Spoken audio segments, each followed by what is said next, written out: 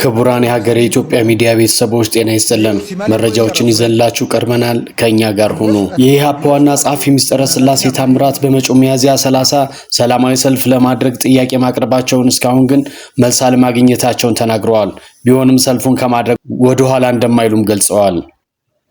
ያልቅሱ ሶፍት እናቀብላቸዋለን ያሉት የኦሮሚያ ክልል ፕሬዝዳንት ሽመልስ አብዲሳና የብልጽግና አመራሮች ዳስ ጥለው የሚያለቅሱበት ጊዜ መድረሱ እየተተነበየ ነው።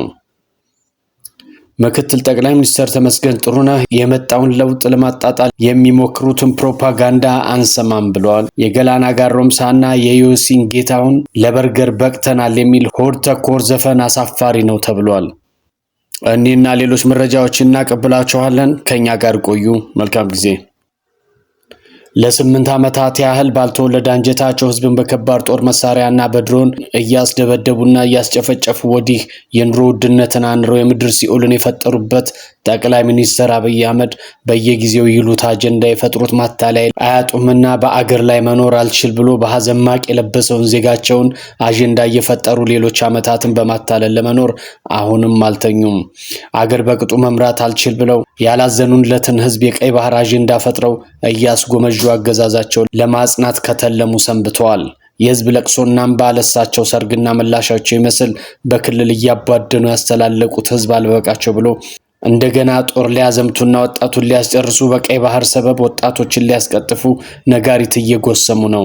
ይህ በእንዲህ እንዳለ የግፋቸው መራራነትና የህዝቡን በደል በዜማው ዘክዝኮ የተናገሩ የዝነኛው ቴዲ አፍሮ ዳስጣል ዜማ አልበም በቤተ መንግስቱ ውስጥ ከፍተኛ ቁጣንና ብስጭትን ፈጥሮ ዘፈኑን ሰማችሁ በሚል አዲስ አበባ ከተማ ላይ ብዙዎችን እያሳሰረ እንደሚገኝ መሰረት ሚዲያ ዘግቧል። ያሰራቸውንም ሰዎች ሽብርተኞች ሲያሴሩ ደርሽባቸው አሰርኳቸው ብሎ በሚዲያ እያስነገረ ነው።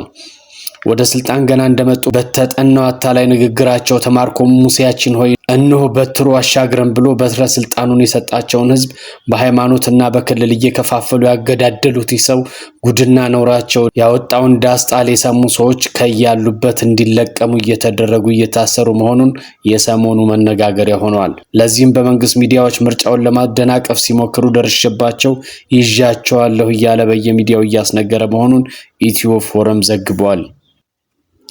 የኢህአፓ ዋና ጸሐፊ ሚስጥረ ስላሴ ታምራት በመጪው ሚያዝያ 30 ሰላማዊ ሰልፍ ለማድረግ ጥያቄ ማቅረባቸውና እስካሁን ግን መልስ አለማግኘታቸውን ተናግረዋል።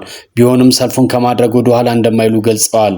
በሀገሪቱ 10 ከተሞች ላይ መንግስትን እያደረሰ ያለውን ማዋከብ በመቃወም ሰላማዊ ሰልፍ ለማድረግ ለሚያዝያ 30 የመንግስትን ፈቃድ የጠየቀው የኢትዮጵያ ህዝባዊ አብዮታዊ ፓርቲ ኢህአፓ እስካሁን የተሰጠው መልስ አለመኖሩን ገልጿል። ቢሆንም ግን ሰልፉን ከማካሄድ ወደ ኋላ እንደማይል ኢህአፓ አስታውቋል። የኢህአፓ ዋና ጸሐፊ ሚስጥረ ስላሴ ታምራት አስቻይ ሁኔታዎች ባልተሟሉበት ምርጫ ማድረጉ የአገዛዙን አምባገነናዊነት ያሳያል ብለዋል። በተባለው ቀን አዲስ አበባ፣ መቀሌ፣ ባህር ዳር፣ ጎንደር፣ ሐረር፣ ድሬዳዋ፣ ሐዋሳ፣ አሰላ፣ አምቦና አዳማ ሰልፉን ለማድረግ እንደቆረጡ ጸሐፊዋ መናገራቸውን አዲስ ስታንዳርድ ዘግቧል። እየመጣ ያለውን ለውጥ ለማጣጣልና ለማናናቅ የሚሞክሩ የሚፈጥሩትን ፕሮፓጋንዳ አንሰማም፣ ለበሬ ወለደ ጩኸታቸውም ጆሮ አንሰጥም ሲሉ ምክትል ጠቅላይ ሚኒስትር አቶ ተመስገን ጥሩነህ ተናግረዋል። 8 ያገዛዝ ዓመታትን አገሪቱ ላይ ግፍ እየፈጸመ የከረመው የብልጽግና ፈጣሪ የኦዴፓ ፕሬዝዳንትም ሆኑ ምክትሎቻቸው ለሰሩት ግፍ ለፈጸሙት መከራ የመልስ ምት የሚሆነው ዳስጣል የሚለው አልበም መውጣት የፈጠረባቸውና ቤተ መንግስቱን የነቀነቀ ይመስላል። እኛንን የሚሉ እነዚህ የሚገርሙ አስተያየቶች እና አስተያየት ሰጪዎች ጉዟችንን ለማደናቀፍ ተግባራዊ እንቅስቃሴ ውስጥ እስካልገቡ ድረስ ለበሬ ወለደ ፕሮፓጋንዳና አስተያየታቸው ጆሮ አንሰጥም። አልበሙ ተጽዕኖ ከባድ ነውና በአምባገነኑ ገዢ በ4 ኪሎ ቤተ መንግስት ከዚህ በኋላ ከዚህ በላይ ምን ይፈጠር ይሆን ብለው ብዙዎች የነገውን መጻኢ ጊዜ እንዲጠብቁ ሆነዋል።